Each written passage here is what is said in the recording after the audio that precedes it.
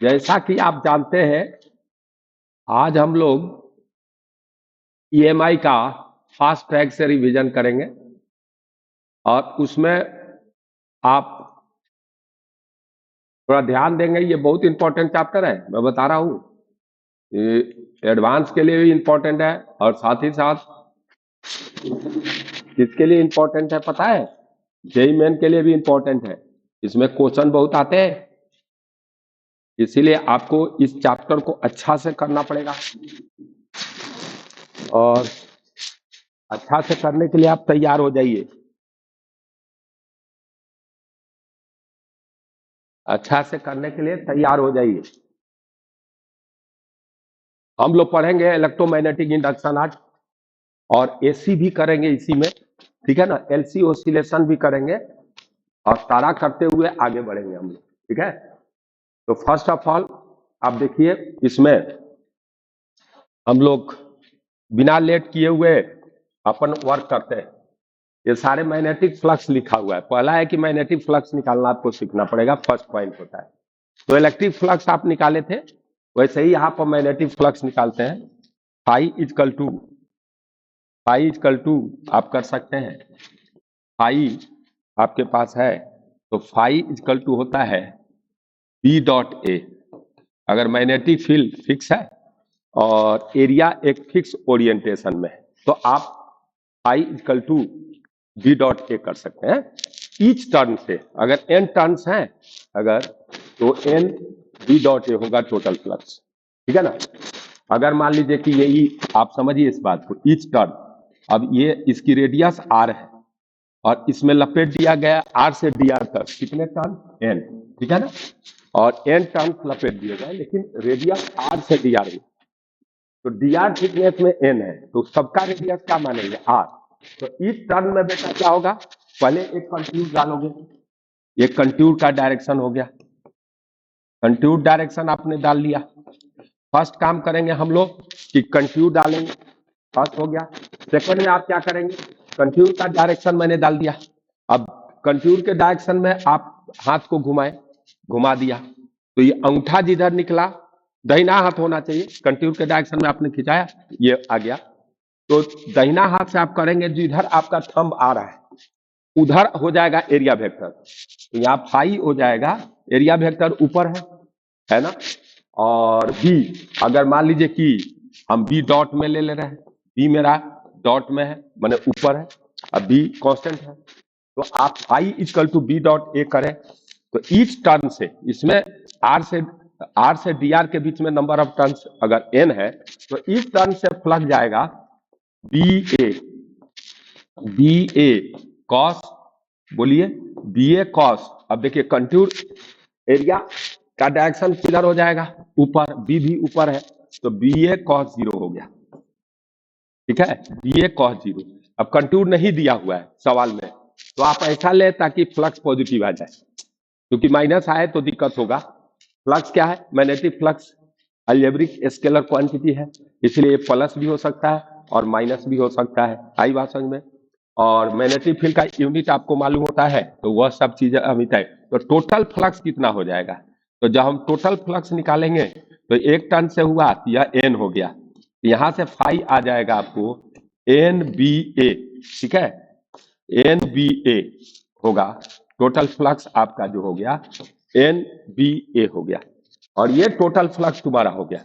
ऐसे निकालने का तरीका है, ओके। अब फ्लक्स निकालने का तरीका आपको मिल गया। आपको क्या करना है, कंटूर डालना है, दाहिना हाथ से एरिया वेक्टर निकालना है और उसके बाद बी डॉट ए कर देना है। चलो हम लोग एक काम करते हैं, एक फ्लक्स निकालते हैं थोड़ा शानदार। मान लीजिए कि आपका ये एक सॉलिड सिलेंडर है, ओके, और ये सॉलिड सिलेंडर में हमने क्या किया, एक एलिमेंट लिया, लाइक ऐसे, एक ऐसा कोई, जैसे आप देख सकते हैं ये रेडियस हो गया, और ऐसा कोई एलिमेंट मैंने लिया जो यह रेडियस हो गया, और ये ऐसा एलिमेंट ले लिया। तो इसमें आपको ये जो एलिमेंट हमने लिया है, इसमें magnetic flux per unit length निकालना है, ठीक है ना। मैं लिखो find magnetic flux per unit length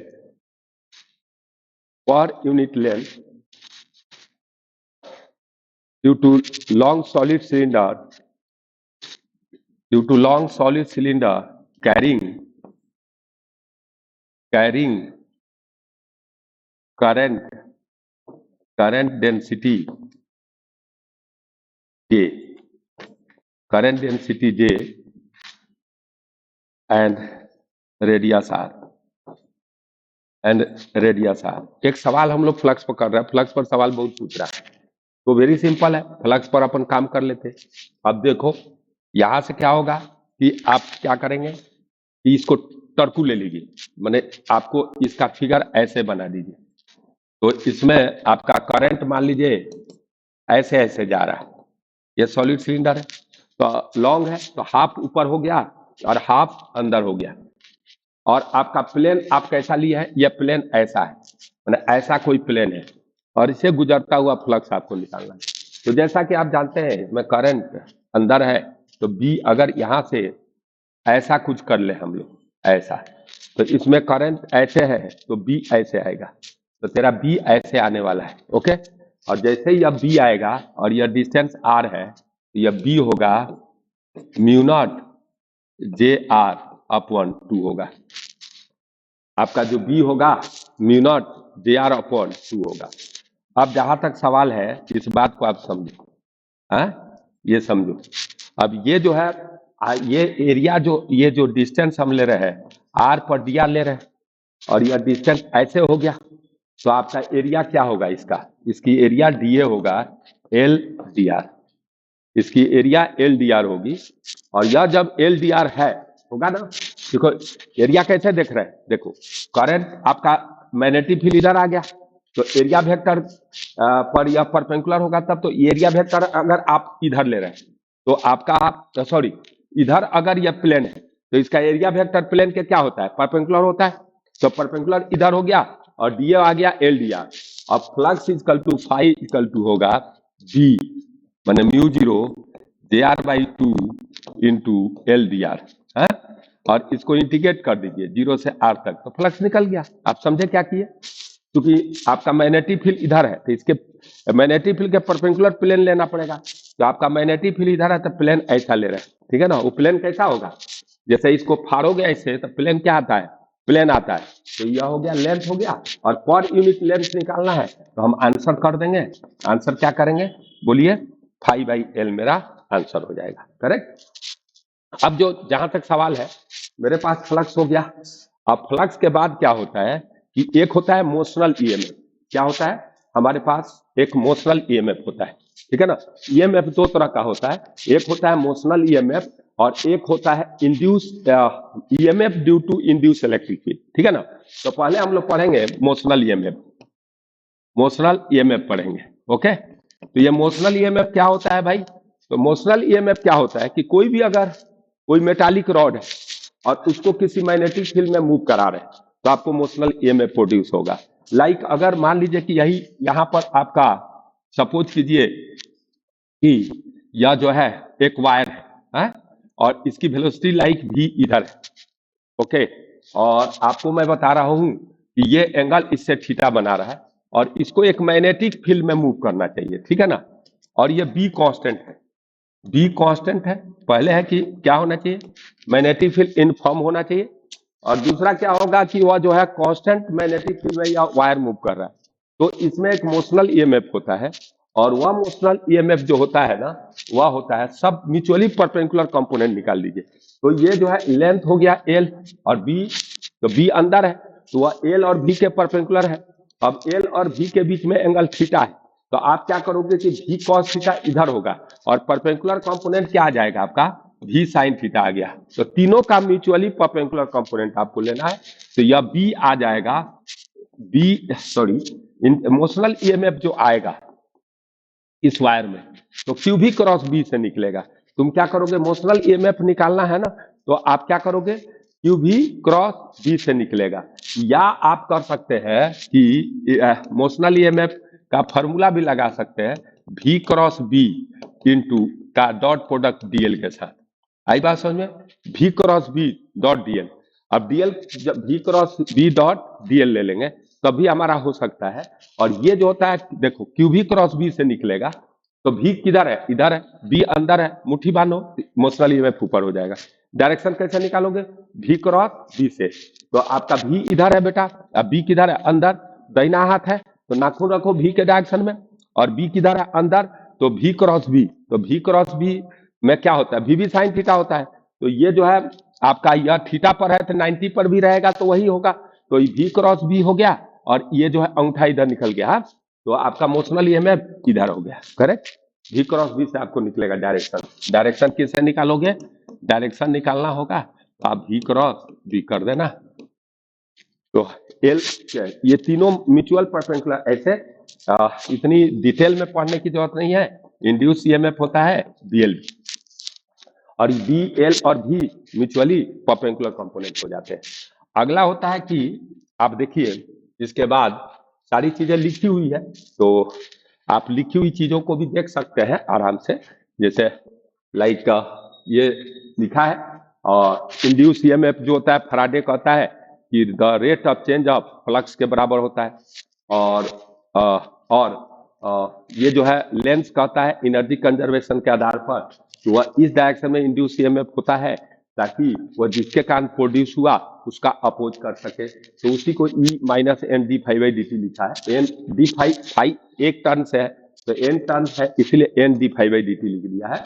और आई निकालोगे तो अगर टोटल रूप का रेजिस्टेंस आर है वो ई बाई आर हो गया है, और D Q I D T किया है, तो डेल्टा क्यू के लिए एक चार्ज जो ट्रांसफर हो रहा है उसके लिए एक बड़ा अच्छा सा प्यारा सा रेसिपी बनकर आ जाता है कि अगर कहीं पर फ्लक्स चेंज हो रहा है तो क्वाइल से कितना चार्ज ट्रांसफर होगा, उसको कोई मतलब नहीं है कि किस तरह आप चेंज कर रहे हो, वह हमेशा डेल्टा फाई अपॉन आर होने वाला है, करेक्ट।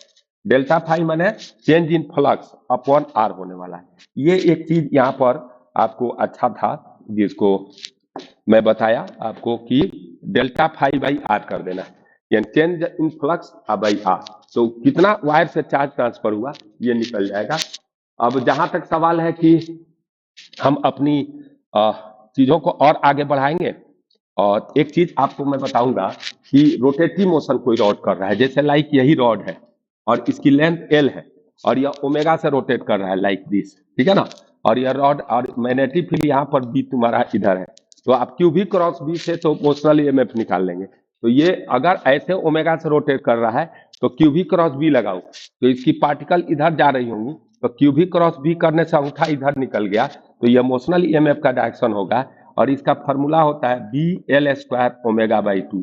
याद रहे बी कांस्टेंट है तब, नहीं तो इंड्यूस इलेक्ट्रिक फील्ड भी पैदा हो जाएगा, उस पर ध्यान रखना पड़ेगा कि एक पॉइंट पर बी कांस्टेंट रहना चाहिए, टाइम के साथ वेरी नहीं करना चाहिए, नहीं तो ये नेट रिजल्ट नहीं होगा। तो यह बी ई इक्वल टू हो गया B L square omega by 2, इस तरह का भी आपको आ सकता है मोशनल ईएमएफ, ठीक है ना। तो मोशनल ईएमएफ का कंडीशन हो गया कि भाई वायर को मैंने इनफॉर्म मैग्नेटिक फील्ड में मूव करना चाहिए, और जो फॉर्मूला लगा रहे हैं वहां बी एल जी जो आ रहे हैं वो म्यूचुअली परपेंडिकुलर होते हैं, क्लियर।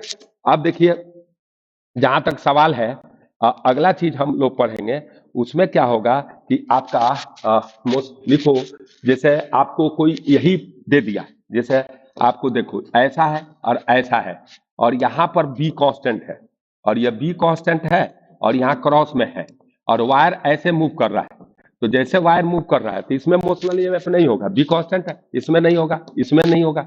अगर यह मैग्नेटिक फील्ड इधर रहता भी और यह भी है इधर जा रहा है तो इसमें भी नहीं होगा, क्योंकि ये मैग्नेटिक फील्ड में मूव नहीं कर रहा है, और ये रहते भी मैग्नेटिक फील्ड में तो ये मूव नहीं कर रहा है, तो ये जो है इसमें नो मोशनल ईएमएफ होगा, करेक्ट।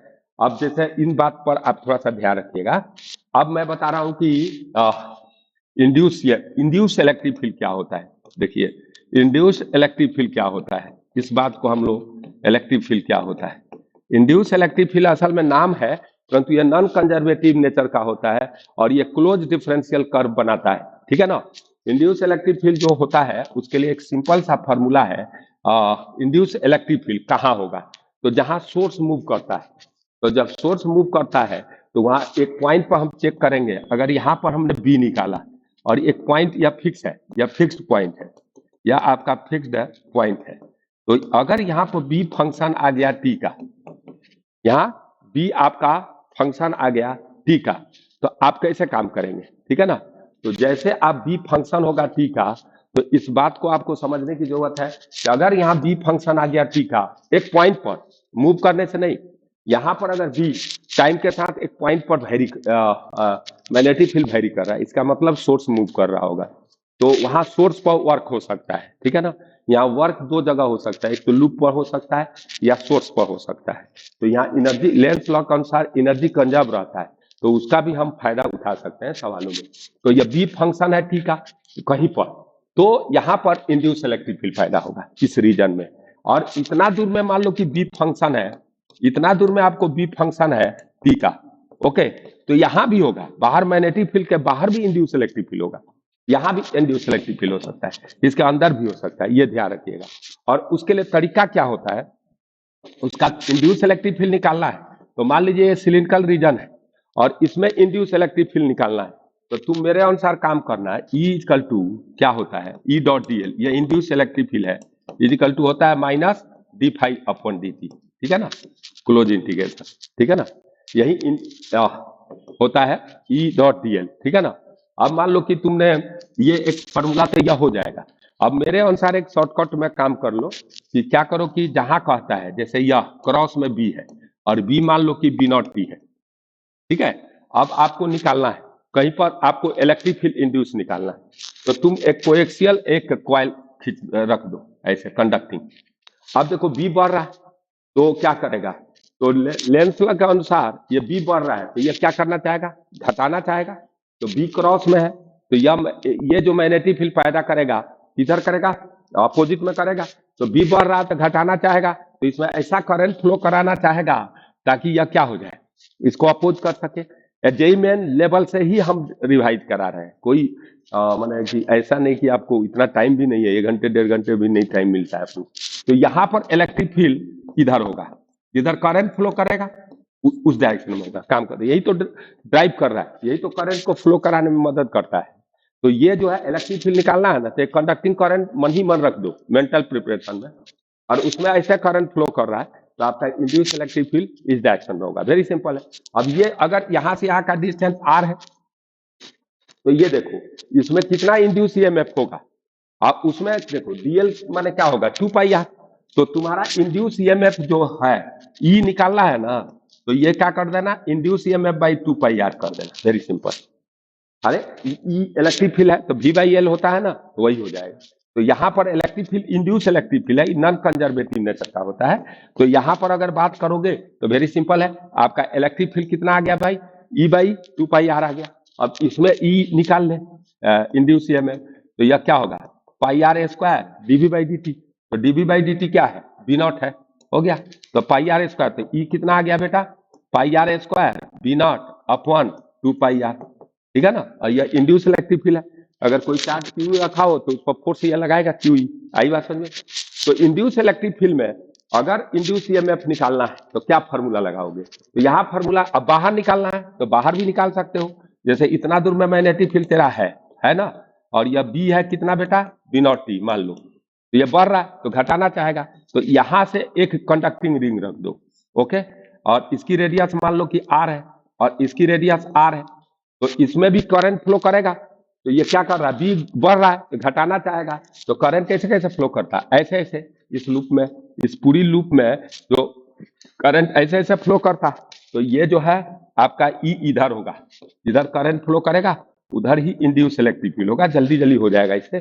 तो यह ई इक्वल टू क्या होगा, टोटल इंड्यूस ईएमएफ, तो इंड्यूस ईएमएफ तो इतना ही दूर तक ले हो सकता है D five by D T ना, तो यह हो जाएगा तुम्हारा पाई आर स्क्वायर बी नॉट, और बाई क्या हो जाएगा इसका 2 पाई आर, ठीक है ना, जिसमें इंड्यूस इलेक्ट्रिक फील्ड होगा उससे हम डिवाइड करेंगे, तो यहां से यहाँ पाई पाई कट कैंसिल हो गया और आपका इंड्यूस ईएमएफ निकल जाएगा, और यहाँ ई इनवर्सली प्रोपोर्शनल आर आ रहा है देख ले, तो यहाँ पर तुम क्या करोगे, ग्राफ रेक्टेंगुलर हाइपरबोला टाइप का हो सकता है बाहर, लेकिन अंदर क्या आ रहा था, डायरेक्टली प्रोपोर्शनल टाइप का आ रहा था, क्या यहाँ पर तो आर से आर कट रहा था, पाई से पाई कट रहा था, तो ये बाहर अंदर आ रहा था आर बाई 2 बी नॉट, ये फॉर्मूला याद रहे तो जल्दी सवाल भी बना सकते हो, और ये बाहर आ रहा है R square B not upon 2 R, like this, ऐसे वेक्टर में भी रिलेशन होता है, तो उतना करने की जरूरत नहीं है। अब देखिए इसके बाद अगर हम बात करें तो हमारा इसमें अगर जहां पर बी टाइम के साथ वेरी कर रहा है, तो वहां इंड्यूस ईएमएफ फैराडे लॉ से हम लोग निकालेंगे और वहां यूज करेंगे E equal to minus D phi by D T. देखो अब थोड़ा सा फैराडे पर भी काम कर लेते हैं। जैसे मान लो जो कि एक क्वाइल और तुम इधर से देख रहे हो, तो जब इधर से आप देखोगे ना तो इसको नीचे मानेंगे और इसको ऊपर। माने ये क्वाइल को मान लो कि ऐसे रखा हुआ है, इधर से देख रहे हो तो यह नीचे है, यह ऊपर है, यानी ये पोर्शन या कौन है यह, और ये पोर्शन यह, ऐसा मानेंगे। ठीक है, इधर से देख रहे हो तो अगर मान लो कि यहाँ से किसी बंदे ने नॉर्थ पोल है और यह साउथ पोल है, इसको ला रहा है। ओके, ये नॉर्थ पोल है और यह साउथ पोल है, इसको ला रहा है। ठीक है ना, इसको क्या ला रहा है, ये नॉर्थ पोल है, ये साउथ पोल है और इसको यह ला रहा है। तो जैसे यह लाएगा क्या होने वाला है, जैसे जैसे इसको लाएगा क्या होगा भाई, यह क्या होगा, तो ये जो है क्या होगा अब बताओ, तो ये क्या करेगा, इसमें फ्लक्स बढ़ेगा, तो ये अपोज करना चाहेगा और अपोज करेगा तो ऐसा ही क्या होता है, क्वाइल मैग्नेट जैसा बिहेव करता है ना, तो ये भी ये नॉर्थ इधर पैदा कर देगा और इधर साउथ। ठीक है ना, तो नॉर्थ नॉर्थ रिपेल करने लेंगे। ओके, तो यह फेस क्या हो, इधर नॉर्थ हो जाएगा, इधर साउथ, यानी मेरी बात मान कि नॉर्थ और साउथ का मतलब क्या हो गया, देख कि इधर आपका नॉर्थ होना चाहिए, इधर साउथ, और ये जो पोर्शन तुम्हारा क्या है, ये वाला पोर्शन ये है। तो करंट कैसा फ्लो कर, डाइपोल मोमेंट किधर होगा, या इधर नॉर्थ इधर साउथ, तो इधर होगा डाइपोल मोमेंट होगा ना। तो डाइपोल मोमेंट कैसा करंट फ्लो करेगा कि उधर होगा, देखो ऐसे ऐसे है? इसमें करंट अगर ये नीचे है ऊपर है ऐसे, तो इधर हो जाता है डाइपोल मोमेंट। इसमें करंट कैसे कर दोगे, देखो ये जो है करंट ऐसे, तो यह कैसे करंट जाएगा जी, ऐसे जाएगा। देखो तो आ रहा है कि नहीं, ये जो है नीचे है तो ऐसे ऐसे करंट फ्लो कर रहा है, गलत हो गया ना। अब देखो देखो अब देखो, अगर तुम ऐसे ऐसे कर दिया, ठीक है, अब देखो इसमें करंट कैसे जा रहा है, नीचे वाला में ऐसे ऐसे ऐसे ऐसे कैसे ऐसे, तो हो गया ना डाइपोल मोमेंट। हाँ, तो ये करंट को इधर से देख रहे हो और ध्यान दे दो, ये बात तो समझ में आ गई सबको। अब अगला चीज जो है, आप इसी तरह देखना है, अगर बढ़ रहा है तो घट रहा है तो बढ़ाना चाहेगा, अब बढ़ रहा है तो घटाना चाहेगा। इस बात को हमको समझ जाना चाहिए और इस पर देखना चाहिए, अपोज करता है, वेरी सिंपल है। तो हम इंड्यूस इलेक्ट्रिक फील्ड भी जान गए और बड़ी अच्छी अच्छी चीज जान रहे हैं। आप देखिए, हम अगला थोड़ा सा आपको मैं पेज दिखाने की कोशिश करूंगा। अब देखिए, पेज ही खत्म हो गया क्या जी, हाँ, ये लेंस लॉ था। अब इस लेंस लॉ के बाद हम थोड़ा सा पेज भी देखते जाते हैं ना, ठीक है।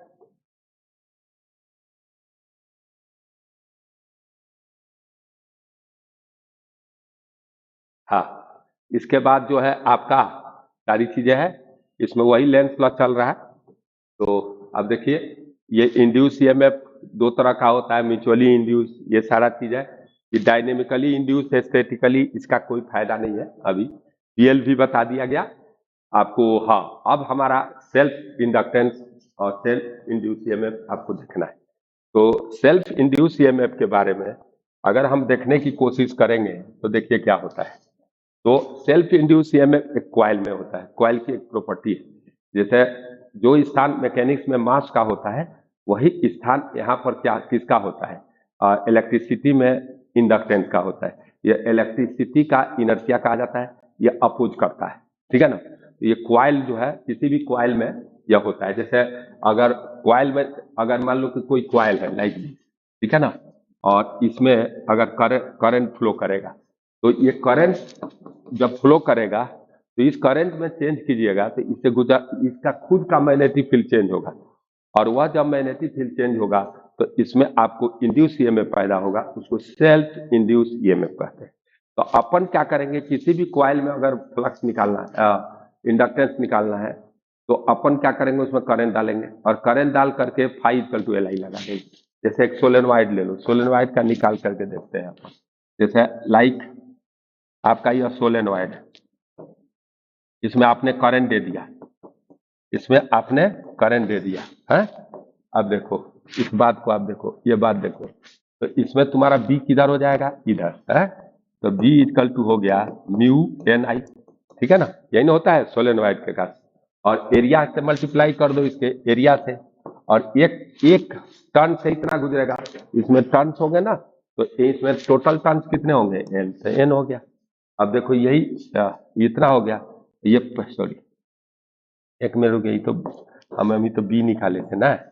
अब फ्लक्स निकाल लीजिए भाई, तो फ्लक्स होगा म्यू एन आई इंटू एरिया, और यह एक टर्न से हुआ तो एन टर्न से यह होगा, यहाँ से फाई होगा n mu n by l i a, ठीक है ना। अब इस बात को आप समझो, यह फ्लक्स फाई को एल आई लिख दो, तो एल आई इजिकल टू क्या होगा, बोलिए, एल आई इजिकल टू हो जाएगा म्यू एन स्क्वायर, ठीक है ना, एन स्क्वायर ए अपॉन एल इंटू आई। अब यह आई कट गया, यहां से एल तुम्हारा कितना आ गया, बोलो, म्यू एन स्क्वायर ए अपॉन एल, ठीक है ना। याद रखिएगा इसको, ये आ भी सकता है डायरेक्ट, या फॉर्मूला आ सकता है। तो फ्लक्स तो निकालना सीख लिए, करंट डाल दो, अब phi equal to L I निकाल दो, फ्लक्स निकाल करके। और इंडक्टेंस हमेशा पॉजिटिव होता है, इसके यूनिट होती है हेनरी, और यह जो है हमेशा पॉजिटिव क्वांटिटी होता है, इंडक्टेंस कभी निगेटिव नहीं हो सकता। दूसरा होता है आपका इंडक्टेंस में एनर्जी स्टोर जो होता है ना, वह होता है हाफ एल आई स्क्वायर होता है, और हाफ एल आई स्क्वायर होता है इंडक्टेंस में एनर्जी स्टोर। और दूसरा क्या होता है, phi equal to L I, आप समझ ही गए। अब देखिए एल आर सर्किट, देखिए rise of current in L R circuit, rise of current in L R circuit, L R circuit में आप करंट की राइज को देखेंगे, rise of current in L R circuit, L R circuit में जो current का rise होगा वो क्या होगा, तो वैसा ही होता है आरसी टाइप का। तो यहाँ पर अब मान लीजिए कि आपके पास इंडक्टर है, ये जो है इनर्शिया जैसा बिहेव करता है, और ये जो है आपका यहाँ पर अगर एक स्विच लगा हुआ है, और ये एल आर सर्किट है, तो यहाँ कुछ रेजिस्टेंस भी लगा देता हूँ ताकि, सही है ना, तो रेजिस्टेंस लगा दो, ठीक है, आर, और यह हो गया ई है, और यहाँ एक स्विच लगा दो। अब तुमको जो करना है वो करो। तो यहाँ पर जब तक स्विच जैसे इनर्शिया काम करता है, तो just after closing the switch आपका करंट जीरो होगा, क्योंकि अपना जस्ट बिफोर वाली कंडीशन को ये मेंटेन रखता है, जस्ट आफ्टर। तो just after closing the switch क्या होगा, प्योर इंडक्टर है, सर्किट में रेजिस्टेंस नहीं है, तो हमेशा फ्लक्स कांस्टेंट रहेगा। और अगर एल आर है तो just after closing the switch पहले जैसा स्थिति रहेगी। तो ये स्थिति को T0 पर आप कर लो, और किसी समय इंडक्टर हो गया, यहाँ रेजिस्टेंस हो गया, और यहाँ पर हो गया, और इससे अगर करंट आई जा रहा है, तो ये जो होता है ना, यहाँ पर भी एक होता है I equal to I naught 1 minus E का power minus T by lambda, lambda को टाइम कांस्टेंट कहते हैं, और यहाँ पर लेमडा जो आता है वह आता है एल बाई आर। यहाँ लेमडा आपको कितना आ जाता है भाई, एल बाई आर, इसको टाइम कांस्टेंट कहते हैं, और आई नॉट आता है ई बाई आर, ठीक है ना। अब इसका ग्राफ जो होता है आई टी ग्राफ, लाइक ऐसे हो जाता है, शुरू में करंट जीरो रहता है, बढ़ते बढ़ते जैसे वहां पर क्यूटी ग्राफ होता था ना आरसी में, वैसा ही लाइक होता है, और यहाँ पर ई बाई आर होता है, यहाँ पर करंट जो होती है ई बाई आर होती है। ये चीज है हमें है, अच्छा है। इसको कैपेसिटर के उल्टा होता है, just after closing the switch inductor infinite resistance जैसा बिहेव करता है, और लॉन्ग टाइम के बाद यह जीरो रेजिस्टेंस जैसा बिहेव करता है, जबकि कैपेसिटर में उल्टा होता था। यानी स्टेडी स्टेट में ये कैसा बिहेव करेगा, जीरो रेजिस्टेंस जैसा, और just after closing the switch inductor में क्या होगा, इनफाइनाइट रेजिस्टेंस जैसा, ठीक है। दूसरा क्या होता है कि एक होता है जिसको DK of current, DK of current, DK of current, DK of current through L R circuit, DK of current through L R circuit. L R circuit से आपको डीके ऑफ करंट क्या होगा, इसको देख लेते हैं। तो भाई एल आर सर्किट से अगर डीके ऑफ करंट देखिएगा, तो ये बड़ा उसी तरह होगा, वहाँ Q equal to Q naught E का power minus T by lambda होता था। अब यहाँ पर भी मान लो कि कोई इंडक्टर है और इसमें करंट था, और कोई ने यहाँ पर क्या कर दिया, शॉर्ट सर्किट कर दिया, तो यहाँ पर करंट जो होगा किसी टी टाइम में I equal to I naught E का power minus T by lambda होगा, और यहाँ लेमडा जो होगा वह होगा एल बाई आर।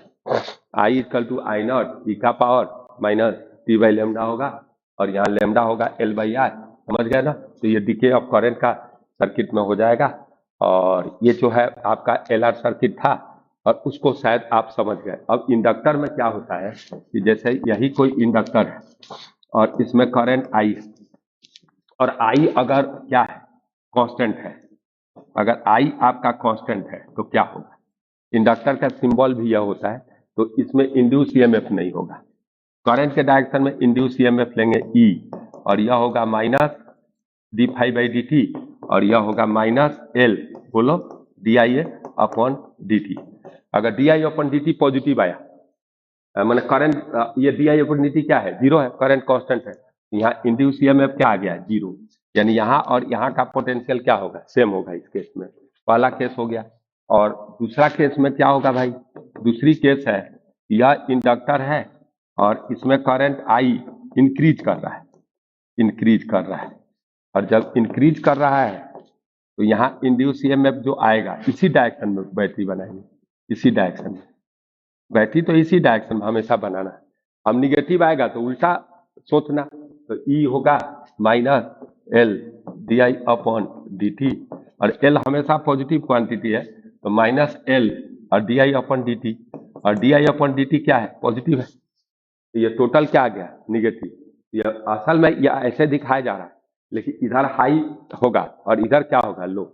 यानी यहाँ अगर ए ले लो और यहाँ बी तो यहाँ बी ए क्या होगा? ग्रेटर देन वी बी होगा, होगा ना? क्योंकि ये बैटरी उलट जाएगी, माइनस हटाओगे तो ये बैटरी उलट जाएगी। अब देखो तीसरा केस में देखो कि अगर तीसरा केस होगा जब ये इंडक्टर है और इसमें आई डिक्रीज कर रहा है, आई क्या कर रहा है? डिक्रीज कर रहा है।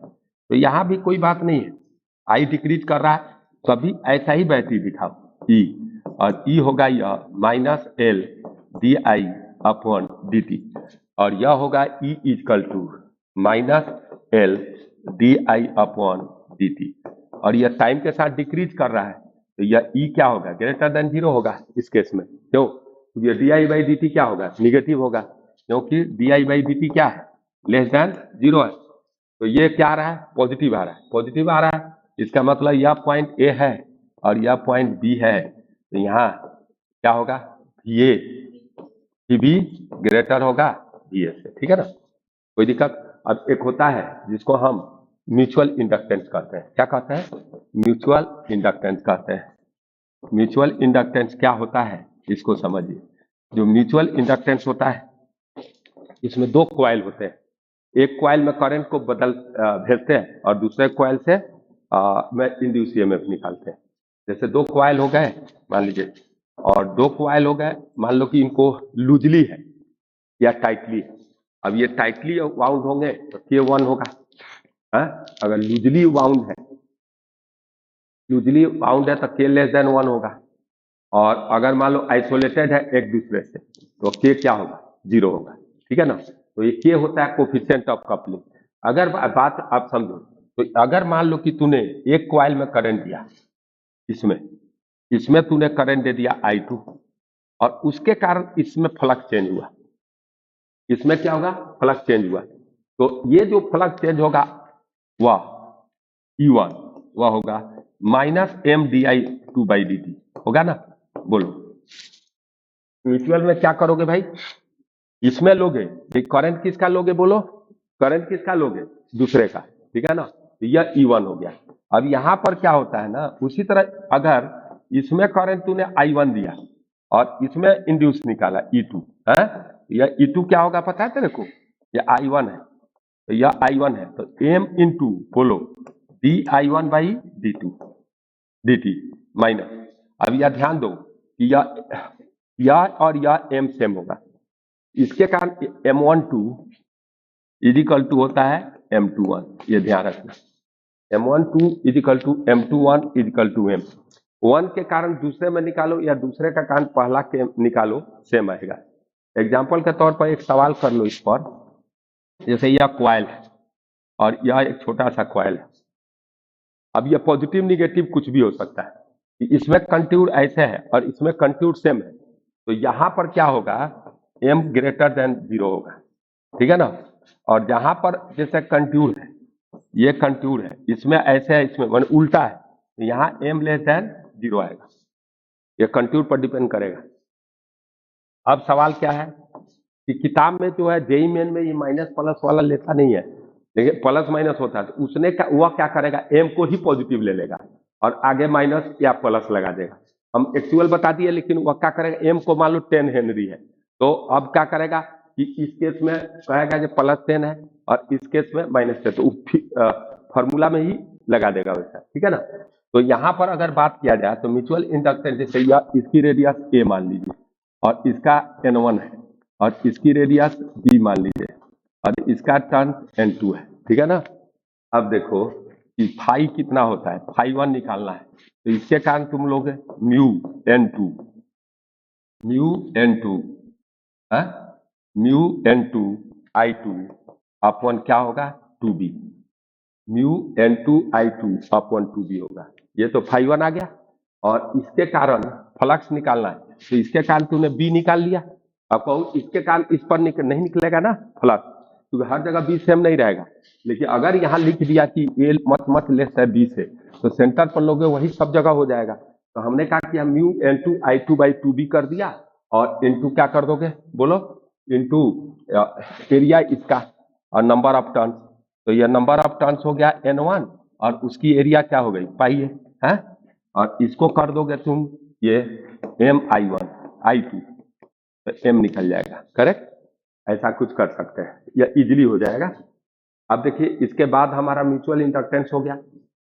अगर लूप्स है तो आप देखिए एनर्जी डेंसिटी, ये इंपॉर्टेंट चीज है, इस पर सवाल आता है कि एनर्जी डेंसिटी माने एनर्जी पर magnetic energy per unit volume होता है d²/2 म्यू, जहाँ म्यू नॉट म्यू आर होगा। ये फार्मूला एक याद रखिएगा। और हम लोग आगे बढ़ते जाते हैं, एनर्जी स्टोर देख ही लिए, ये भी देख लिए, ये भी देख लिए, ये भी देख लिए, ठीक है ना। ये भी इंड्यूस इलेक्ट्रिक फील्ड देख लिए, सब चीज देखते जा रहे हैं। और आप देख लीजिएगा अगर अधिक जरूरत होगा तो। अब ये एलसी ऑसिलेशन पर तो सवाल आता नहीं है, परंतु रेयरेस्ट कभी कभी एक सवाल तो नया चीज आ ही जाता है, तो इसका एक शॉर्टकट चीज हम बता देते हैं कि अगर मान लो कि यह कैपेसिटर है और इस पर चार्ज Q0 है और इस पर -Q, और इसको आपने जोड़ दिया L से, इसी को एलसी ऑसिलेशन कहते हैं। और ये इसका फॉर्मूला होता है कि जिस पर खुली है T0 पर, इस पर पूरा चार्ज, तो यह Q इक्वल टू होगा Q0 cos ओमेगा t, और यहाँ एनर्जी कंजर्व रहता है, क्या रहता है एनर्जी Q, अब I निकालना तो dQ/dt कर दोगे, तो यहाँ magnetic energy, electric energy magnetic energy में कंजर्व होता रहता है। और टोटल एनर्जी क्या रहेगा हमेशा माने Q²/2C plus half Li² is equal to होगा Q0²/2C। तो इसको भी डिफ्रेंशिएट करके चीजें किया जा सकता है। और इसका फ्रीक्वेंसी ओमेगा जो होती है ना, वह होती है 1/√LC, ठीक है ना, यही होता है 1/√LC। तो इसे फ्रीक्वेंसी 2πf करके और टाइम पीरियड पूछा जा सकता है नहीं, तो ये चीज भी थोड़ा सा ध्यान रखेंगे हम लोग। दूसरा देखिए, इतना तो हम लोग समझ गए, अब ये भी खत्म हो गया। अब देखिए एनर्जी टोटल 2π, देखिए 1/√1/LC कर दिया, और इसके बाद सारी चीजें ठीक ठाक चल रही है। और ये आपको एसी आ गया, ठीक है ना।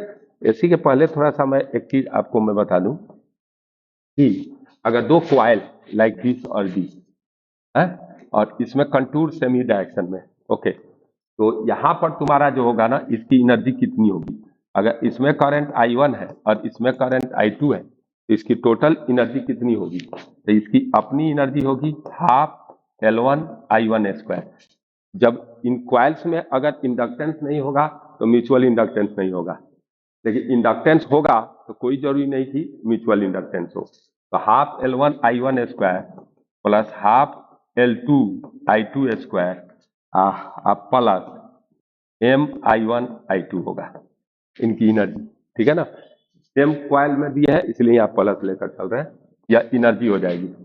अगर मान लो कि अब ये हो गया, एक होता है coefficient of coupling, coefficient of coupling हो गया। ये कोफिशिएंट ऑफ कपलिंग में क्या करोगे, अब देखो टाइटली वाउंड होगा एक दूसरे पर तो K1 होगा, लूजली होगा तो K लेस देन 1 होगा। और यह K जो होता है ना हम M K होता है M by root under L1 L2 होता है। और K की वैल्यू 0 लेस और इक्वल टू K लेस और इक्वल टू 1। अगर मान लो कि दोनों आइसोलेटेड मान एक के कारण दूसरे से फ्लक्स नहीं जा रहा है तो आपका 0 हो जाएगा, और टाइटली होगा तो 1 होगा, लूजली होगा तो 0 और 1 के बीच में होगा। अगर मान लीजिए कि आप देखो तो थोड़ा सा आप ध्यान दें, इसके बाद मैं एक और बात बताता हूं कि आपको मान लीजिए कि कहीं पर K0 है और ये है ये है, तो इसका L इक्विवेलेंट होगा L1 प्लस L2। आई बात समझ में?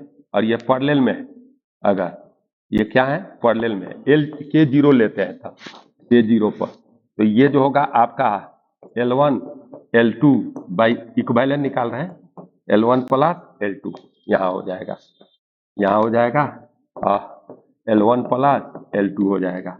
और इसके बाद अगर बात करो, ये दो चीज हो गया, और K1 है तब क्या होगा?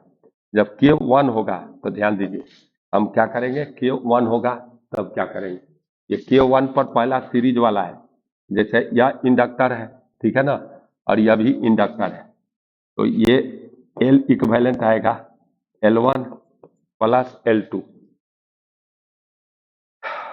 L1 प्लस L2 आप प्लस M, ये आएगा प्लस 2M, सही है। और अगर ये अपोजिट है, या L1 है या L2 है, अगर यह ऐसे है और यह घूम करके यह वायर इंडक्टर ऐसे हो गया, तो इसमें ऐसे होगा तो इसमें ऐसे होगा, या L1 है और या L1 है या L2 है, तो इनके बीच में M हो गया है, तो ये उल्टा हो रहा है, तो यहाँ पॉजिटिव M को पॉजिटिव लेकर चल रहे हैं हम, तो यहाँ हो जाएगा L equivalent निकालिएगा L1 plus L2 और माइनस हो जाएगा 2M, अपोजिट हो गए, ठीक है ना, फ्लक्स अपोजिट हो जाएगा इसमें, ऐसा कुछ हो गया। दूसरा क्या है कि आजू बाजू आ जाएंगे, ये क्लोजर आ जाएंगे, ये हो गया। अब इन पैरेलल अगर ये पैरेलल में है और पैरेलल की बात करोगे तो तुम्हारा होने वाला है कि अगर मान लो कि ये कॉइल है, दोनों कॉइल पैरेलल में है और दोनों जो है कॉइल जो है सपोर्टिंग है, माने कैंसिल नहीं कर रहे हैं, सपोर्टिंग है। जैसे पहला वाला केस में फर्स्ट में सपोर्ट कर रहा है ना दोनों प्लग, तो उस समय सपोर्टिंग के केस में हो जाएगा, सपोर्टिंग के केस में आ जाएगा L equivalent equal to parallel में है, इन पैरेलल यह होगा L1 L2 minus M square, अब भाई L1 प्लस L2 और माइनस क्या आएगा 2M है, क्या आएगा, वहां प्लस दिए थे ना ऊपर वाला में, फर्स्ट केस में पहला में प्लस दिए थे कि माइनस प्लस दिए थे, हाँ ठीक है।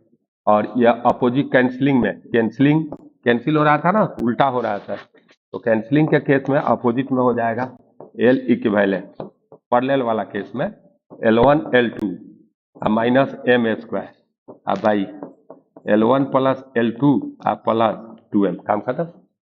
ये चीज रेयरेस्ट आएगा, आ गया सीरीज वाला आ जाएगा, तब देख लेना, ये तरह सा इंपॉर्टेंट चीज है। तो मैं आपको एक बात बताता हूँ, अब देखिए, तो हम लोग एसी की बात कर रहे थे, हाँ, alternating current mean average value पूछ रहा है, ठीक है, और उसके बाद आपको साइन स्क्वायर का एवरेज वैल्यू हाफ होता है, कॉस स्क्वायर का एवरेज वैल्यू क्या होता है, हाफ होता है, साइन और कॉस का एवरेज वैल्यू क्या होता है, 0 होता है। इन सारी चीजों को आप याद रखा कीजिए, और कैपेसिटर का एसी ये सब है।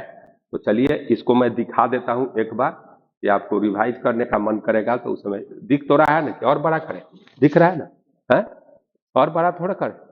अब देखिए इसके बाद आपको सिर्फ पेज देख लीजिए, उसके बाद मैं करा दूंगा अच्छा से,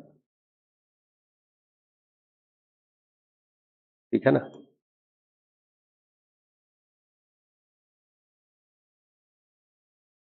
रोक कर आप कर सकते हैं, ऐसे पैरेलल वाला पूछा नहीं जाता, ये चोक कॉइल पूछता है, चोक कॉइल इंडक्टर जैसा बिहेव करता है, और वोल्टेज डिक्रीज करने में ट्रांसफार्मर पूछे जा सकते, तो इसको भी देख लीजिए। पॉज करके आप रोक सकते हैं। नहीं, हमारे क्वेश्चन आ गए क्या? अब ये क्वेश्चन आ गए, तो ये क्वेश्चन के बाद में थोड़ा सा, अब चलिए हम लोग क्या पढ़ने जा रहे हैं, एसी। एसी में क्या करना है ये देखो, एक तो आपका एसी सिनुसॉइडल आपको पढ़ना है। हम एक आधार मानकर चल रहा है कि E equal to E naught sine omega T, ठीक है ना। अब एवरेज वैल्यू निकालना है ई बार, तो ये कर देना ई डी टी, अब बाई इंटीग्रेशन डी टी, ठीक है ना। अब देखो यह जो है वैल्यू जीरो आएगा, एवरेज वैल्यू एसी का जीरो होता है। क्यों होता है जीरो? तो एक टाइम पीरियड में साइन का वैल्यू क्या होगा, लेकिन जनरली हाफ साइकिल के लिए लोग निकालता है। तो हाफ साइकिल के लिए होता है, हाफ साइकिल के लिए अगर देखोगे तो एवरेज वैल्यू चार्ज से रिलेटेड होता है। अगर मान लीजिए कि आप एसी से डीसी जोड़ दिए, डीसी अमीटर जोड़ दिए, तो रिजल्ट जीरो देगा, क्योंकि एवरेज वैल्यू जीरो होता है। तो करंट फ्लो करता है उसी को मापता है ना। ये हीटिंग वायर एस टू में हीटिंग चार्ज करंट से चार्ज से रिलेटेड नहीं होता, आई स्क्वायर होता है। तो हीटिंग इफेक्ट पर हम लोग एसी अमीटर बनाते हैं, ठीक है ना। अब देखो, तो हाफ साइकिल में आपका इसको निकालिएगा, तो ये होगा E equal to, half cycle में ई बार हो जाएगा एवरेज वैल्यू, वह होगा ई डी टी माने ई नॉट साइन ओमेगा टी और डी टी, और ये जीरो से हाफ टाइम मैंने पाई बाई ओमेगा हो गया, टी बाई टू हो गया, इंटीग्रेशन डी टी और जीरो से पाई बाई ओमेगा, और this will be what, E bar आपको आएगा, वह आ गया E naught to E naught by pi आएगा।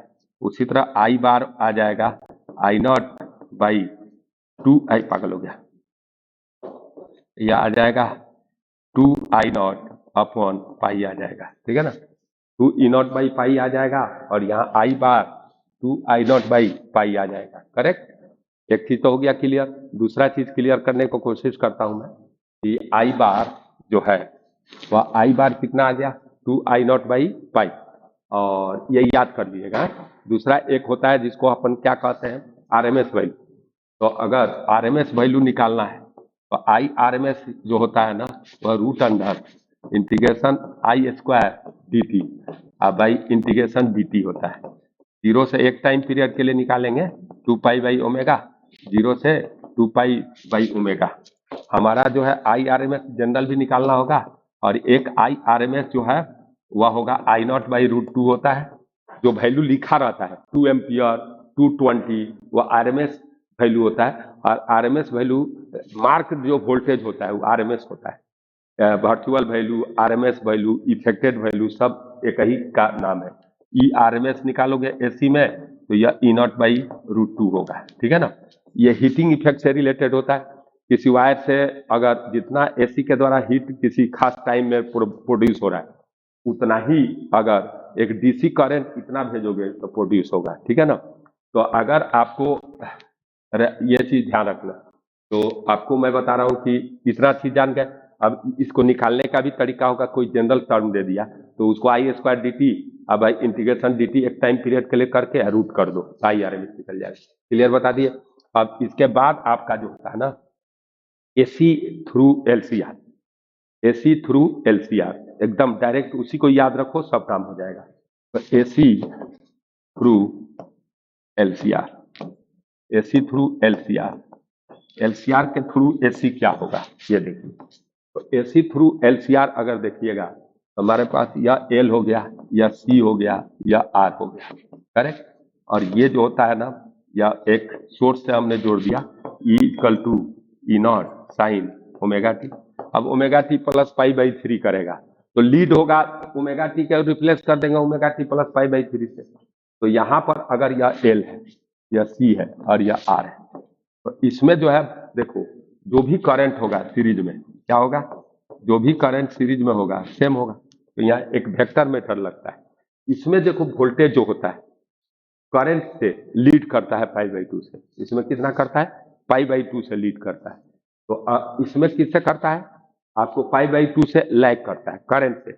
और इसमें क्या होता है, सेम डायरेक्शन में, याद कर जाओ।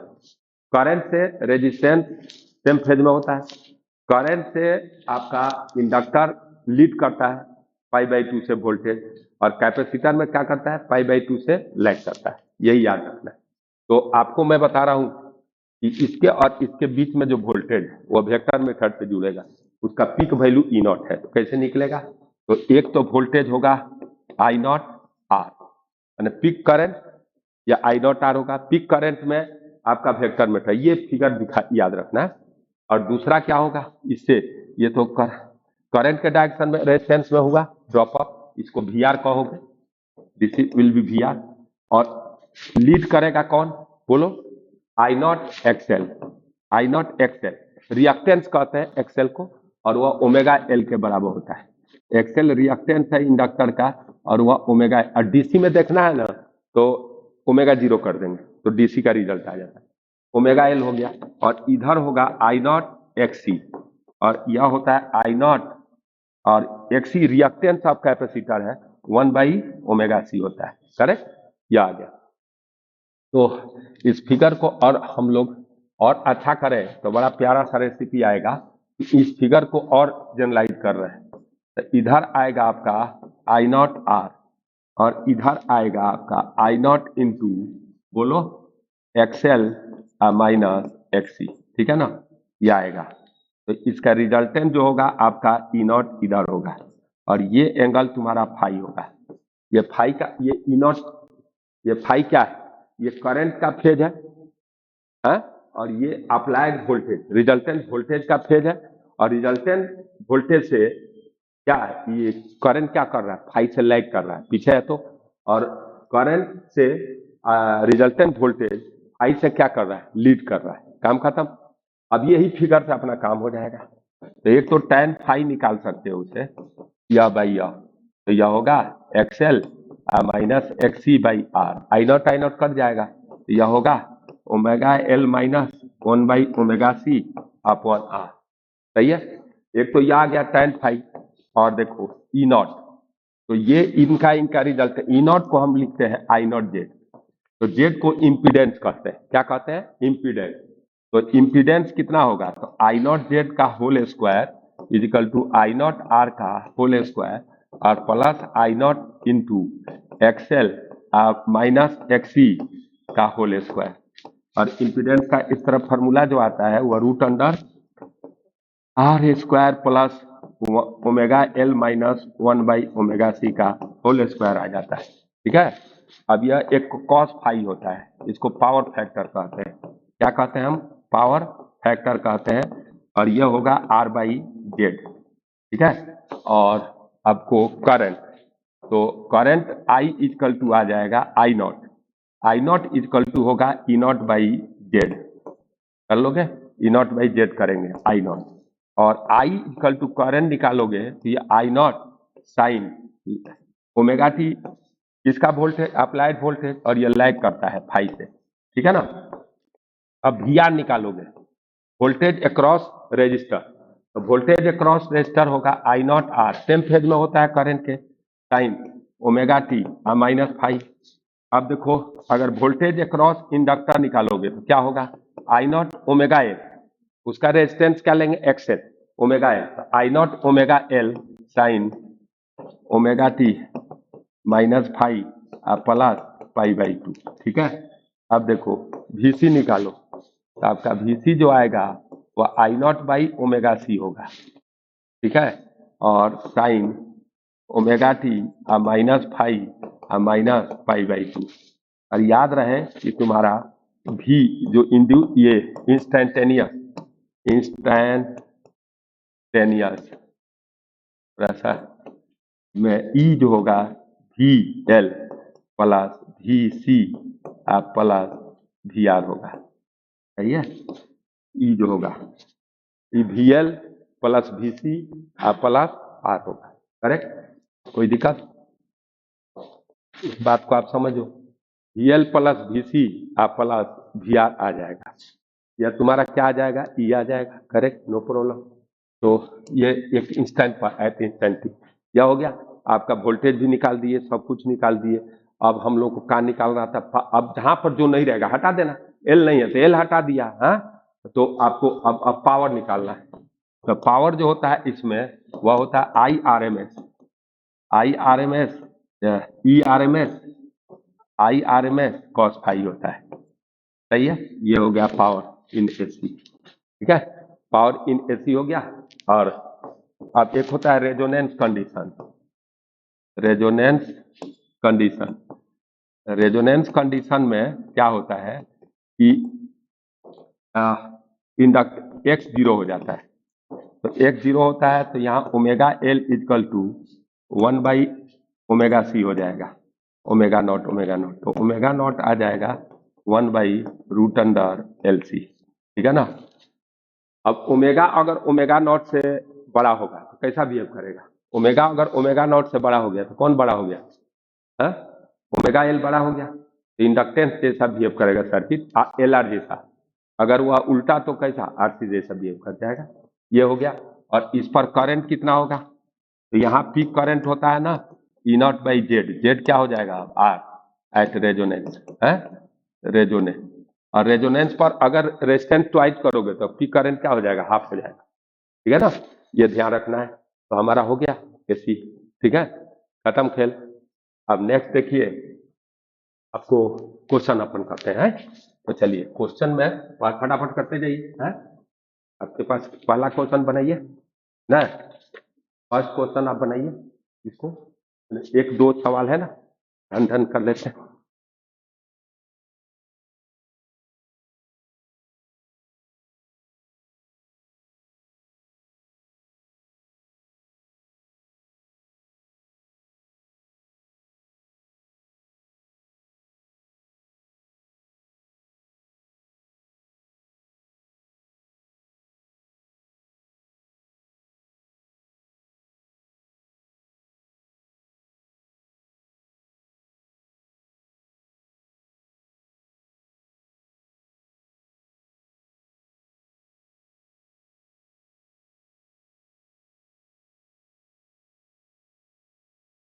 ठीक है, तो पहला तो क्या है, वही LCR है और रेजोनेंस पर है, और रेजिस्टेंस को ट्वाइस कर दिया तो करंट क्या हो जाएगा? हाफ हो जाएगा, ठीक है ना। है फिर करंट हाफ हो जाएगा। और एक रेक्टेंगुलर मेटालिक जा रहा है, तो इसमें क्या होगा? ये इसमें तो कुछ मोशनल EMF होगा नहीं, सिर्फ स्क्वायर में होगा। है तो किधर होगा? ऊपर, और कांस्टेंट रहेगा BL भी। तो यह हो गया करेक्ट। अब देखिए ये तो बन जाएगा। अब सेल्फ इंडक्टेंस किस किस चीज पर डिपेंड करता है?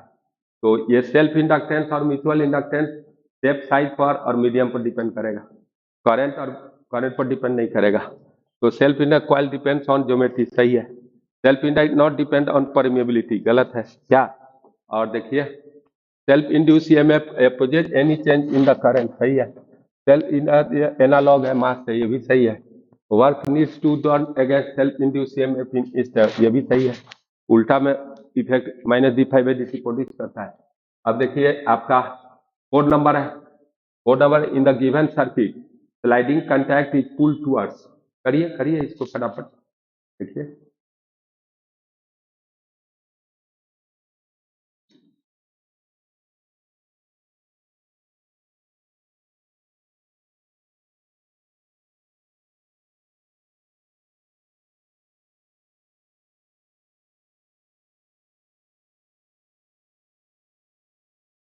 तो यहाँ क्या होगा सर्किट में? यहाँ राइज अप होगा 12 का। हाँ यहाँ पर तो राइज अप हो गया 12, क्या कितना हो गया? 12। और यहाँ ड्रॉप होगा -L/di/dt, और यहाँ ड्रॉप होगा -IR = 0।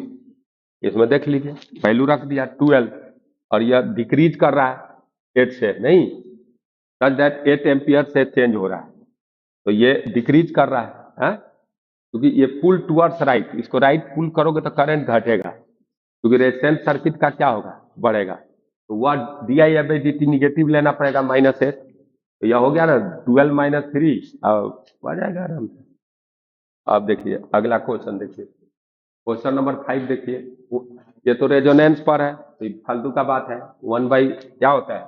√अंडर/ओमेगा C। हाँ ये सवाल थोड़ा सा आपको सता सकता है, तो इसमें कुछ नहीं करना है, देखो दिमाग लगाना है। ये sin ωt है और यह cos ωt है, तो फेजर से पीक वैल्यू निकाल लो, अब √2 कर लो। तो फेजर में एक तो हो जाएगा इधर आइए, और cos वाला का फेज π/2 ज्यादा होगा, तो ये IB हो जाएगा। हाँ और इनका रिजल्टेंट क्या होगा बोलो? IA² प्लस आई बी स्क्वायर और पीक करंट बाई रूट 2 कर दो, तो पीक करंट बाई रूट 2 ये आ गया आंसर। क्या नहीं बी नहीं, ये थोड़े आ रहा है, ये गलत है, ये आएगा ये। ठीक है, ठीक है, कोई दिक्कत नहीं। अब नेक्स्ट देखिए, नेक्स्ट में ये कह रहा है कि choke coil is simply, choke coil क्या होता है? ये चोक कॉइल जो होता है ना, वह इंडक्टेंस होता है एक तरह से, उसमें रेजिस्टेंस बहुत कम होता है। और ये जो है इसको हम लोग अगर मान लो कि ये बल्ब है और इसमें चोक कॉइल आपने जोड़ दिया, माने इंडक्टर जोड़ दिया, तो ये तो एल हो गया या आर, और यहाँ एसी जोड़ रहे हैं, ठीक है ना। तो इसमें क्या फायदा होने वाला है? तो इसमें एक फायदा आपको हो सकता है कि करंट घट जाएगा। अब वोल्टेज इसके क्रॉस घट जाएगा तो क्या करेगा, माने करंट इसमें कितना आएगा बताओ, पीक करंट निकालो तो आई नॉट हो जाएगा, E naught upon root under R square plus omega square L square, यही ना होगा। अब करंट आई नॉट आर होगा इसके क्रॉस वोल्टेज, तो आई नॉट आर निकालोगे तो घट जाएगा कि नहीं, यहाँ सिर्फ आर रहता, अब यह आ गया है, तो ये ड्रॉप होने से मैंने डैमेज होने से बच जाता है। तो यही लिखा है, हाँ ये सही है ये वाला। और बी वाला कह रहा है by using choke coil the voltage across tube is reduce by a factor, सही है, उतना ही से कर ही रहा है। तो ये सी जो है मैंने करेक्ट एक्सप्लेनेशन दी, चेक कर लीजिएगा, वो कोई खास नहीं है इसमें। हाँ ये म्यूचुअल इंडक्टेंस वाला है कि one I two are the current flowing simultaneous to nearby coils one है, L1 दिया हुआ है, M12 दिया हुआ है, तो M12 M21 के बराबर होता है, तो इसमें इंड्यूस वोल्टेज क्या होगा, तो इंड्यूस वोल्टेज क्या होगा, minus L1 D I one by D T, यही ना होगा इंड्यूस वोल्टेज, और दूसरे के कारण minus M D I two by D, ठीक है ना, माइनस तो दोनों में ही होता है, यही ना होगा इंड्यूस है, I equal to M I M minus M D I upon D T होगा। तो ये मेरे को लग रहा है कि अपन गुड है, ये जो है इसमें कौन है सही, सी सही है, देखो दोनों में माइनस है। अब देखिए इसके बाद यह क्वाइल है, एक क्वाइल का एरिया दिया, पढ़िए इसको फटाफट, दंदना करिए।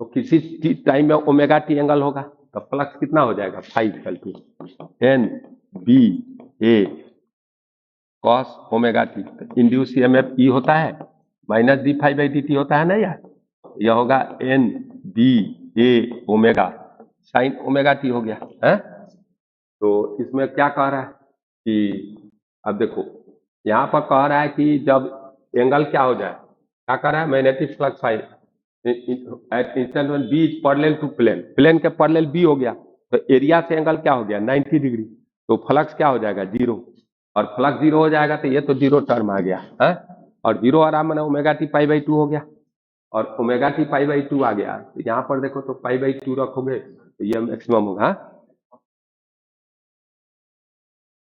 ओमेगा टी के साथ एंगल बना रहा है, हाँ बी डॉट ए होता है ना, तो B A cos omega T होगा ना, है हाँ सही तो है, ये भी यही लिया, ठीक है। अब देख लीजिएगा ये सब बच्चा वाला चीज है।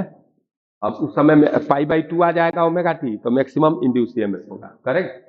अभी सोलेनोइड का फार्मूला है, तो एनर्जी सोलेनोइड का निकाल लेंगे, और एनर्जी होता है B square by two mu, वो फालतू है। यहाँ पर बल्ब है, तो बल्ब में सिर्फ रेजिस्टेंस होता है, अब V R M S I R M S होगा उसमें, कॉस फाइव क्या हो जाएगा 1, क्यों cos phi R by Z होता है, और एल और सी नहीं है, आर बाई आर 1 हो गया, कर लेंगे कि नहीं इसको आराम से। अब देखिए बाद में भी कर सकते हैं, अपलोड कर देते हैं, तो उसको कर लीजिए एक बार, क्वेश्चन तो कर ही कर लो उसको खोल करके नहीं। तो उसके बाद है कि हाँ ये सवाल अच्छा है, ये इसमें कह रहा है कि ये तो फालतू है, आई नॉट है 100 √2, अब भाई √2 कर दो आर एम एस निकल जाएगा। और ये सवाल अच्छा है कि ये भी फालतू है, Q equal to I D T करना है ना, चार्ज निकालना है, यही नहीं, और क्यू इस चैप्टर का है भी नहीं, तो Q equal to I D T कर दोगे हो जाएगा यह। हाँ ये सवाल अच्छा है, तो देखिए इसमें क्या है, कह रहा है कि इसमें इंड्यूस ईएमएफ मोशनल ईएमएफ निकालना है, पढ़ लो देख लो, कोई बात नहीं, करो करो क्वेश्चन पढ़ लो, कोई टेंशन नहीं।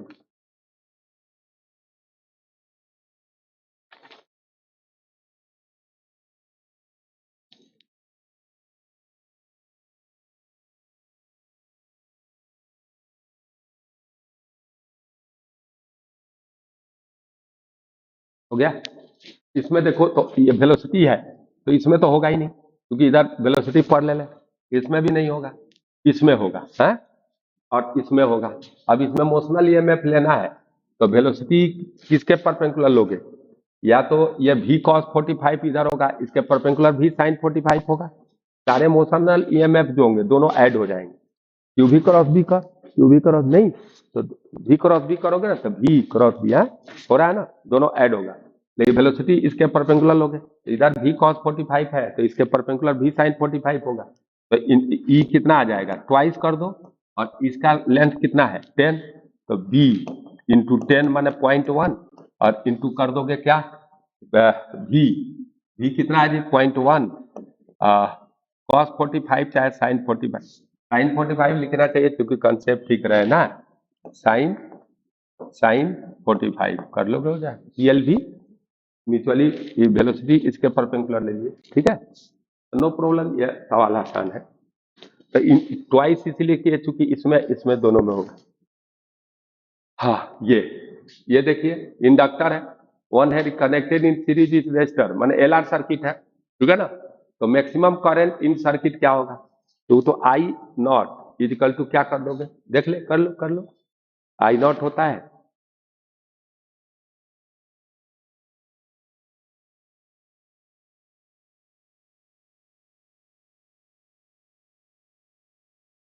हाँ? वो RMS वैल्यू होता है, ये ध्यान रखना है। तो आई नॉट अगर निकालोगे तो यह होगा ई नॉट बाई जेड, यही ना होगा, और यह ई नॉट कितना हो जाएगा, ये पीक वैल्यू इसका √2 टाइम्स होता है ना, तो 2 इंटू 100 इंटू पाई, ये हो गया √2 टाइम्स होता है, ये पीक वैल्यू हो गया। और जेड कितना होगा बोल, √R² omega square L square, निकल जाएगा पीक करंट है, फॉर्मूला बेस रहता है? अब देखिए मेन क्या है इसमें, ये सवाल आपको परेशान थोड़ा कर सकता है, ये नहीं ये पागल हो गया, ये सवाल जो है ना आपको थोड़ा कम है, इसको क्वेश्चन नंबर 16 नहीं, ये कौन है जी, ठीक है, ओ हाँ यहाँ पर है ये सवाल, थोड़ा सा देखिए, यहाँ RMS वैल्यू निकालना है, तो ये RMS वैल्यू बहुत सा लड़का सोचेगा जो बहुत लंबा है, लेकिन लंबा है नहीं, ये IRMS स्क्वायर कर दो इसका, तो यह इंटीग्रेशन होगा I² dt upon integration dt आएगा, और 0 से 2 पाई बाई ओमेगा, और यहाँ पर भी बेटा क्या आएगा 0 से लेकर 2 पाई बाई ओमेगा तक है, एक टाइम पीरियड।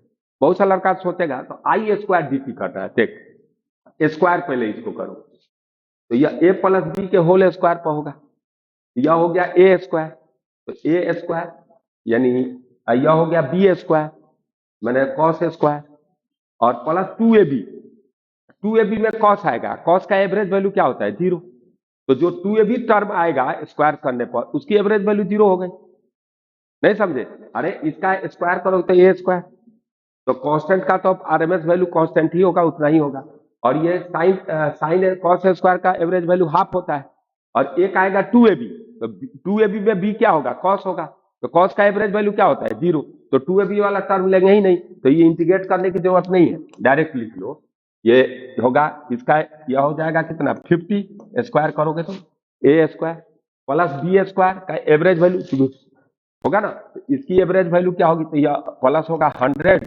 और बाई 2, और हो गया आंसर, रूट कर दे, करेक्ट। तो इस टाइम ऐसे नहीं कि बहुत लग जाता है चीजों में। चलिए आगे देखिए, हाँ ये सवाल थोड़ा सा आपको हर्ट कर सकता है, ये सवाल अच्छा है, इसमें सॉल्यूशन भी उतना अच्छा नहीं दिया है, ये ठीक नहीं है, थोड़ा सा हम समझाते हैं इसको, देखिए इस सॉल्यूशन पर उतना ध्यान नहीं दें, हम जो बताते हैं उसको देखते हैं। ये सवाल का सॉल्यूशन आप समझ जाइएगा, इसमें कंफ्यूज करिएगा, तो इसीलिए थोड़ा मैं बता रहा हूं उसको समझ। यहां पर पहले ये देखो, इसका फेजर डायग्राम खींचो, तो इसका फेजर डायग्राम जब खींचिएगा तो क्या होगा, देखिए फेजर डायग्राम पर आप ध्यान दीजिएगा, अच्छा से देना है, देखिए मैं बताता हूँ आपको, थोड़ा मैं खिसकालू जगह बना लेता हूँ क्योंकि ये भी दिखते रहे हैं। मैं जो आपका डायग्राम में ध्यान दूंगा वो क्या है, ये सर्किट है, तो ये इनका इनका वोल्टेज का ये रिजल्टेंट है। तो आपका क्या होने वाला है, एक देखो इधर होगा आई नॉट आर, सही है, और इधर जो होगा वह होगा आई नॉट एक्स सी। इधर हो गया आई नॉट आर और इधर आ गया आई नॉट एक्स सी, सही है। इसमें तो हाँ, और इनका रिजल्टेंट क्या होगा, वी आई है, इनपुट वोल्टेज जो है, सही है ना, ये इनपुट वोल्टेज हो गया। अब देखो कह रहा है कि एक और लेना है, सुन। अच्छा ये आरसी है, ये भी आरसी है, तो सुन, इसमें जो पीक करंट होगा वही इसमें भी पीक करंट होगा, ये तो मानते हो। और पीक करंट में रिजल्टेंट हम लेते हैं, और ड्रॉप अप क्या होता है, जैसे वीवी माइनस वीए लिखना है, तो वो क्या है, नेट ड्रॉप अप है। तो जो ड्रॉप अप होगा उसको पॉजिटिव लेंगे, राइज अप को निगेटिव लेंगे, तभी तो नेट ड्रॉप अप निकलेगा। तो तुम बी से शुरू करो, ये पॉइंट है, वीबी माइनस वीए कर रहे हैं, तो इनका रिजल्टेंट क्या होगा, तो करंट देखो ऐसा ऐसा करंट है, तो इसमें भी ऐसे है, तो इसमें ड्रॉप हो रहा है, तो इसमें क्या होगा, राइट, जो करंट इधर आ रहा है, तो ड्रॉप को पॉजिटिव लोगे तो राइट को क्या लेना पड़ेगा, निगेटिव। तो ड्रॉप को तो पॉजिटिव ले लिया तो ओके, यही हो जाएगा। और राइट को निगेटिव लोगे तो इधर था तो वह किधर चला जाएगा, ऊपर, तो यह हो जाएगा आई नॉट एक्सी, ठीक है ना। और इनका रिजल्टेंट होगा वीबी माइनस वी। अच्छा सवाल है ये, ऐसे नहीं, ये आईआईटी लायक सवाल है, ये आईआईटी कैसे भी अच्छा सवाल है, अच्छे अच्छे बने लोगों का होश उड़ जाए, ये सवाल है। देखने में कितना, अभी देखो कितना स्टेप लिया गया है, जबकि इतनी स्टेप की जरूरत नहीं थी इसमें, नहीं। तो अपन क्या करें, किसी चीज को अपनी ढंग से सोचो, अपने पर विश्वास रखो, तो फायदे ज्यादा होते हैं।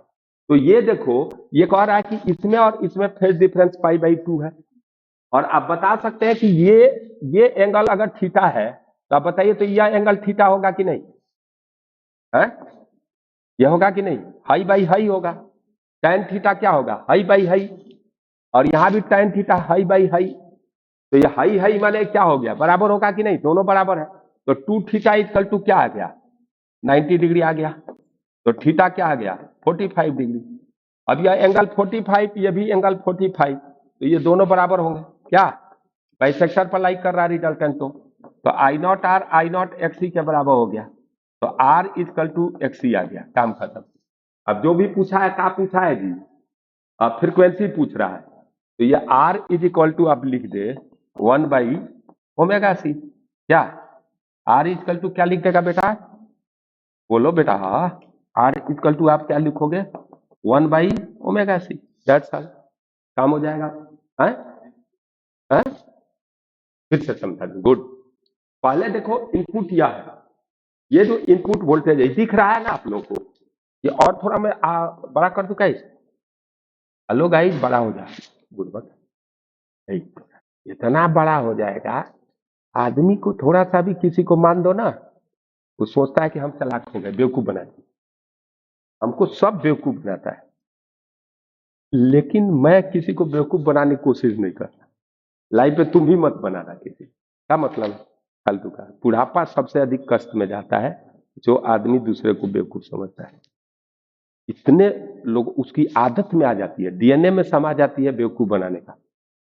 और बुढ़ापा में तो सब कमजोर होते हैं ना, वो अपना बच्चा को भी बेवकूफ बनाए रहता है, उनको जानकर ताजुब होगा।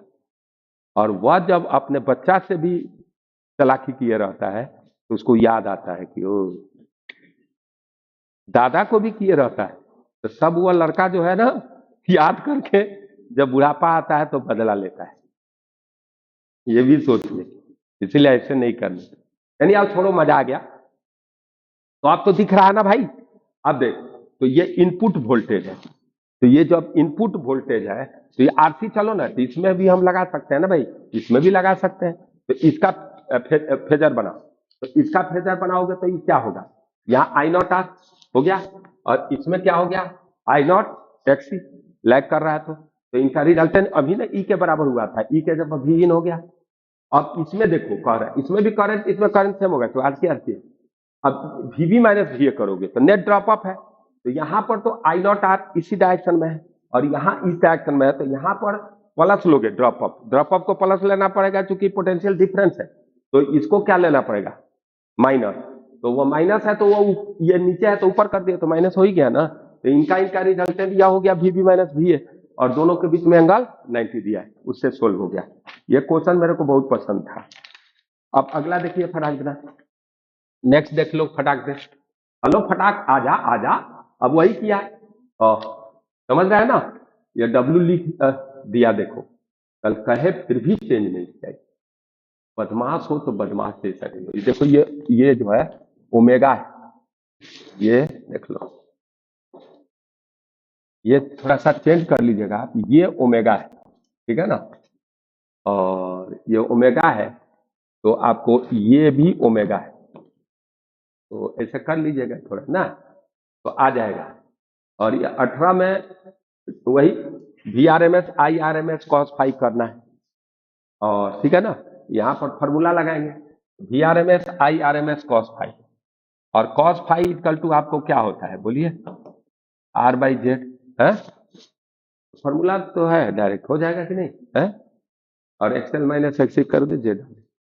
अब देखो ये तो डायरेक्ट फॉर्मूला पर है। हाँ, in a vernier scale, one vernier scale division is generally, ये जनरली लिखा हुआ नहीं था, लेकिन मैंने दे दिया कि किसी से लड़ने से फायदा क्या है, ये बिना भी ये सही है, जबकि लोगों का कहना है कि वो गलत है, तो इसीलिए बहुत लोग डबल सॉल्यूशन दिया है। समझ गया ना, है समझ में आ गया, बहुत लोग इसका डबल सॉल्यूशन दिया कि मेरे अनुसार यह होगा, एनटीए के अनुसार यह, जबकि एनटीए का सही है। वर्नियर स्केल, एक बार आईआईटी ने सवाल बनाया तो उसमें कैलिपर्स का, स्लाइड कैलिपर्स का ज्यादा दे दिया और मेन का कम कर दिया, समझ रहे हो ना, तुम मॉडिफाई कर दिया। अब तुम क्या करो, अपने टंगड़ी तोड़ दो, तो आदमी का एक टांग होता है, ऐसा थोड़े होता है, तो क्वेश्चन बनाया ना कि अगर ऐसा होता तो क्या होता। और स्लाइड कैलिपर जो लैब में यूज होता है, उसमें जो है डिवीजन जो होता है वर्नियर का छोटा होता है और किसका, मेन स्केल का बड़ा होता है। मॉडिफाई उसको, जो आदमी ये बात बोल रहा है कि मार्केट से खरीद कर लाओ, तो अगर वैसा स्लाइड कैलिपर्स होता है तो मार्केट में अवेलेबल होगा ना, तो नहीं होता है। कुछ सवाल बनाया कि आपको कंसेप्ट आता है तो आप कैसे बना सकते हैं, तो ऐसे सोचने वाले थ्योरी नहीं जानते रहते, वो क्वेश्चन से सीख रहे हैं, क्योंकि आईटी में एक बार पूछ दिया, इसीलिए एनटीए का सही है, और एनटीए करेक्ट भी नहीं किया था, उसी तरह रखा, वो रखना भी चाहिए। तो मैंने लड़ाई झगड़ा के समझने के लिए जनरली कर दिया, ठीक है ना। अब देखो ये जो सेंटेंस लिखा हुआ है ये सब सही है ना। अब in general one vernier scale is smaller, ठीक है, ये सही है। अब नॉट करेक्ट, ये जो लिखा है ना, but in some modified cases, बात आप समझ रहे हो, मॉडिफाइड केस होता है, नहीं सम प्रॉब्लम में आया है आईआईटी के, मॉडिफाइड कोई कैलिपर्स मॉडिफाई करके आपको नहीं बनाया गया वैसा कि उसमें वह करती है, समझ रहा हूँ, वहां लिखा हुआ है सेंटेंस मॉडिफाइड, माने स्लाइड कैलिपर्स इज मॉडिफाइड, माने किसी ने मॉडिफाई करके क्वेश्चन पर फ्रेम कर दिया ना, नहीं समझे, तो मार्केट में थोड़ा अवेलेबल होता है, बात आप समझ रहे हो ना। तो इसीलिए एनटीए ने यहाँ जनरली नहीं लिखा था, वो भी सही है, हमने लिख दिया, चलो समझ रहे हो ना। तो वह एनटीए का क्लियर से जाओगे बी में, हम उसके पक्ष में नहीं जा रहे, यही होगा, ये नहीं कि हम एनटीए का पक्ष ले रहे हैं और किसी का ले रहे हो, यही होगा, ऐसे पढ़ना है, कोई कुछ भी को ले, ठीक है ना, करेक्ट है उसका एनटीए का आंसर, ठीक है। अगला देखो क्या है, खत्म और है। एक और सवाल है, ये इन्फॉर्म मैग्नेटिक फील्ड में को नचा रहा है डिस्क को, तो डिस्क नाचेगा तो ऐसा ऐसा पतला पतला बहुत सा रॉड नाचेगा, तो यह देखो नतनिया ऐसे नाचेगी, तो नचा दो तो इधर होगा, हर में इक्वल ईएमएफ का बैटरी अगर पैरेलल में जोड़ दो तो उतना ही रह जाता है, तो यह ई इक्वल टू होगा, लेंथ हो जाएगा L B R, L R हो जाएगा R²/2 ओमेगा, करेक्ट भाई, हाँ। और इन्फॉर्म मैग्नेटिक फील्ड में यही था क्या, बिटवीन दिस आ गया। अब देखिए ये जो कर ये तो बकवास की बात है, यह लेंथ दिया रहेगा, नहीं यह निकाल दो, BLD लगा दो, हो जाएगा, सब परपेंडिकुलर है, तो यह आ जाएगा। थैंक यू, खत्म हो गया। अगला हम लोग मॉडर्न फिजिक्स कर रहे हैं, अच्छा सा टाइम पर हो गया।